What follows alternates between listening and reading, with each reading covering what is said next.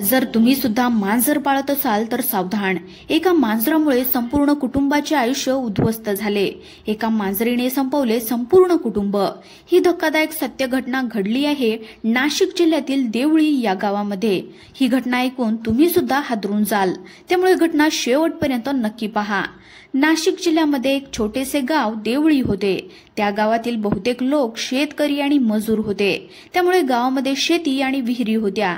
गावातील लोक साधे आणि सरळ, एकमेकांना त्यांना मदत करणारे होते. याच गावामध्ये छोट्याशा आणि पडक्या भिंतीमध्ये राहत होतं अनिल महादेव कांबळे यांचं कुटुंब. यांच्या कुटुंबामध्ये त्याची बायको अनिता कांबळे, त्यांचे वडील महादेव कांबळे आणि त्याची आई सुलभा कांबळे राहत होते. आणि त्याला 2 मुलंही होती. मोठा मुलगा अमेय आणि लहान मुलगी श्रेया. अमेय हा 4थी मध्ये शिकत होता. तो अभ्यासाबरोबर खेळातही हुशार होता आणि तो आपल्या आई वडिलांचे सर्व म्हणणे ऐकायचा. परंतु लहान मुलगी श्रेया ही मात्र खूप खोडकर आणि मस्तीखोर. त्यांची आर्थिक परिस्थिती तेवढी चांगली नव्हती. त्यांचं घर पूर्णपणे शेतीवर अवलंबून होतं. अनिल हा दररोज शेतामध्ये कामाला जायचा आणि त्याची बायको अनिता ही त्याला शेतामध्ये मदत करत असे.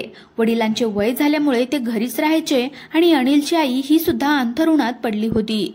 त्यामुळे सर्व कुटुंबाचा भार फक्त अनिलवर होता. त्यांचं घर खूप छोटं आणि त्याला मातीच्या भिंती होत्या. पावसाला त्यांच्या घरामध्ये पाणी ठपकायचे. त्यांच्या घरामध्ये साधी लाईट देखील नव्हती. ते किलोकीमध्ये जेवण करायचे, परंतु त्यामध्येही ते सुख शोधायचे आणि आनंदी राहायचे. पण हा आनंद फार काही टिकणार नव्हता. त्यांच्या घरावर एक काळ एक मोठं संकट येणार होतं. 15 जून 2025 रोजी सर्व काही ठीक चाललं होतं. अनिल कामाला जायला निघाला होता आणि मुलंही शाळेत जायला निघाली होती. परंतु अचानक बाहेरून एक छोटंसं मांजरीचं पिल्लू त्यांच्या घरामध्ये शिरलं. श्रेयाची नजर त्या पिल्ल्याकडे जाते. श्रेयाला प्राणी खूप आवडत असतात, त्यामुळे ती पिल्लाला उचलून घेते. अनिता श्रेयाला ओरडते, श्रेया त्या पिल्लाला खाली ठेव, जाऊ दे त्याला. पण श्रेया अनिताचं काही ऐकतच नाही. नंतर अनिताला राग येतो. ती श्रेयाला जोराने ओरडते. श्रेया रडायला लागते.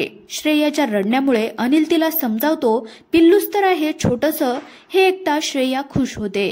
त्या दिवसापासून ते मांजरीचं पिल्लू त्यांच्या घरामध्ये राहू लागलं. त्यांना माहिती देखील नव्हतं की हेच पिल्लू त्यांचं संपूर्ण कुटुंब संपवणार होतं. अमय आणि श्रेया त्या पिल्लासोबत रोज खेळत असे. त्यांना ते पिल्लू खूप आवडायला लागलं होतं. ते दोघेही शाळेतून घरी आल्याच्या नंतर दररोज त्या पिल्लासोबत खेळत असत. श्रेया सुद्धा त्याला दररोज दूध पाजायची. अनिल घरी आल्याच्या नंतर ते पिल्लू त्याच्या पायाजवळ लोळत असे.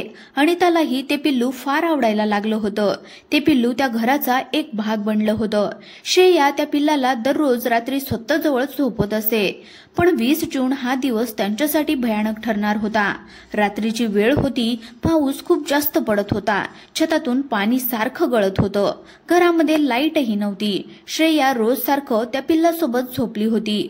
अचानक त्या पिल्लाने रात्रीच्या अंधारात श्रेयाच्या हातावर चावा घेतला. श्रेया मोठमोठ्याने रडू लागली.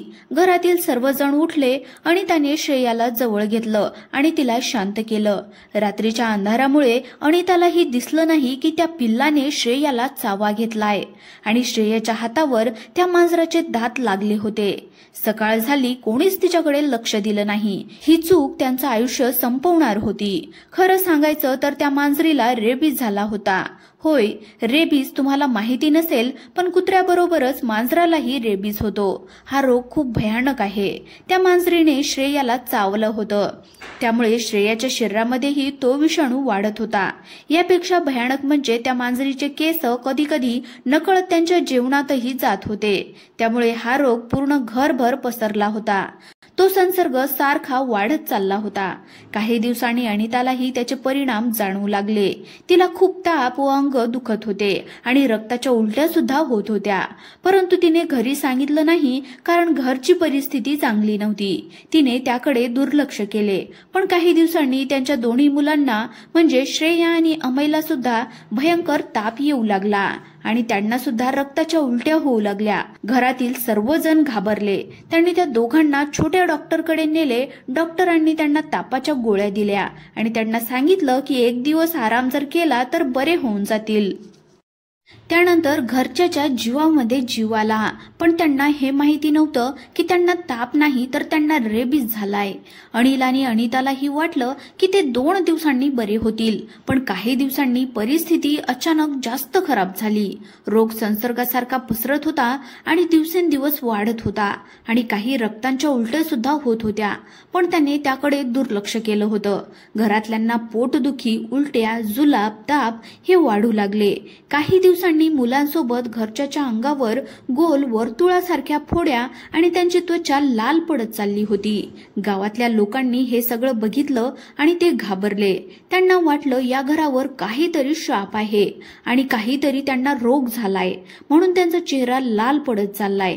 जे गावकरी एकमेकांच्या मदतीला धावून जात होते तेच आता अनिलच्या कुटुंबापासून लांब राहत होते. त्यांना त्यांची खूप भीती वाटायला लागली होती. हे खूप वाढतच चाललं होतं. हा रोग सर्वांना झाला होता, पण अनिलकडे मोठ्या डॉक्टरकडे जाण्यासाठी सुद्धा पैसे नव्हते, म्हणून त्याने कर्ज काढून फक्त मुलांना मोठ्या डॉक्टरकडे नेले. पण डॉक्टरांनी सांगितलं आता खूप उशीर झालाय. अनिलच्या पायाखालची जमीन सरकली. त्याने डॉक्टरांना विनंती केली, कृपया माझ्या मुलांना वाचवा, माझं मी काहीही करायला तयार आहे. डॉक्टरांनी अनिलला सांगितलं यांना रेबीज झालाय, त्याच्यावर काहीच उपचार केला जात नाही. डॉक्टरांनी अनिलला विचारलं, तुमच्या घरामध्ये कोणता कुत्रा किंवा मांजर आहे का? कुत्रा किंवा मांजरामध्ये रेबीज हा रोग होतो. अनिल रडत म्हणाला, हो, माझ्या घरी मांजर आहे आणि मीच तिला ठेवण्यासाठी परवानगी दिली होती. अनिल कांबळे यांच्या कुटुंबावर ओढवलेली ही घटना आपल्याला एक भयंकर पण आवश्यक धडा शिकवते. अज्ञान आणि निष्काळजीपणा किती मोठं संकट आणू शकतात. श्रेयाने निरागसपणे घरामध्ये आणलेलं मांजरीचं पिल्लू हे त्यांच्या आनंदाचं कारण बनलं होतं, पण त्या एका छोट्या कृतीमुळे संपूर्ण कुटुंबाचं नुकसान झालं. संपूर्ण कुटुंब उद्ध्वस्त झालं, नष्ट झालं होतं. आता यामागची सर्वात मोठी चूक म्हणजे प्राण्यामुळे होणाऱ्या रोगाविषयी अज्ञान आणि योग्य वेळी वैद्यकीय उपचार न घेणं. अनिताने पिल्लाने चावा घेतल्याच्या नंतर श्रेयाकडे दुर्लक्ष केलं, डॉक्टरांकडे तातडीने नेलं नाही आणि रेबीज सारखा प्राणघातक रोग घरभर पसरत गेला. गावकऱ्यांनीही अंधश्रद्धेने शाप असल्याचं समजून मदत करण्याऐवजी दुरावा घेतला. या घटनेतून प्रत्येकाने हे लक्षात घ्यावं की कोणत्याही प्राण्याने, मग तो कुत्रा असो किंवा मांजराने चावा घेतलेला असल्यास त्याची तातडीने तपासणी आणि लस देणं आवश्यक आहे. तसेच पाळीव प्राण्यांना वेळोवेळी रेबीजची लस देणं ही प्रत्येकाची जबाबदारी आहे. अनिलने जर त्यावेळी थोडी खबरदारी घेतली असती, श्रेयाला ताबडतोब डॉक्टरांकडे नेलं असतं, तर कदाचित हे संपूर्ण कुटुंब वाचलं असतं. या घटनेतून आपण एकच गोष्ट शिकतो, प्रेमाने प्राण्यांना सांभाळा, पण सावधगिरी कधीही विसरू नका. अनिल कांबळे यांच्या कुटुंबाची ही घटना आपल्याला एक महत्त्वाचा धडा शिकवून जाते. अज्ञान आणि निष्काळजीपणा कधीही जीव घेणा ठरू शकतो. एका निरागस मुलीने मांजरीचं पिल्लू घरी आणलं आणि त्याच पिल्लाने संपूर्ण कुटुंब संपवलं. कारण साधं होतं, त्या मांजरीला रेबीज झाला होता, पण कुटुंबाला त्यांचं गांभीर्य कळलं नाही. आजच्या काळामध्ये प्रत्येकाने हे लक्षात ठेवायला हवं की कोणत्याही प्राण्याने चावा घेतल्यास, अगदी छोटासा जरी असेल तरी सुद्धा तातडीने डॉक्टरांकडे जावं आणि रेबीजची लस घ्यावी. पाळीव प्राण्यांना वेळोवेळी लसीकरण करणे आणि स्वच्छतेकडे लक्ष देणे हे प्रत्येकाची जबाबदारी आहे. ही घटना सांगते की प्रेम असावं, पण सावधगिरी त्याहून महत्त्वाची आहे. एक छोट्या चुकीने अनिलचं संपूर्ण आयुष्य उद्ध्वस्त झालं. म्हणून मित्रांनो, अशा सत्य घटनांमधून शिकत राहा आणि समाजामध्ये जागरूकता पसरवा. अशाच थरारक आणि सत्य घटनांच्या कथा ऐकण्यासाठी आताच आमच्या YouTube चॅनलला सबस्क्राईब करा आणि व्हिडिओला देखील एक लाईक नक्की करा. धन्यवाद.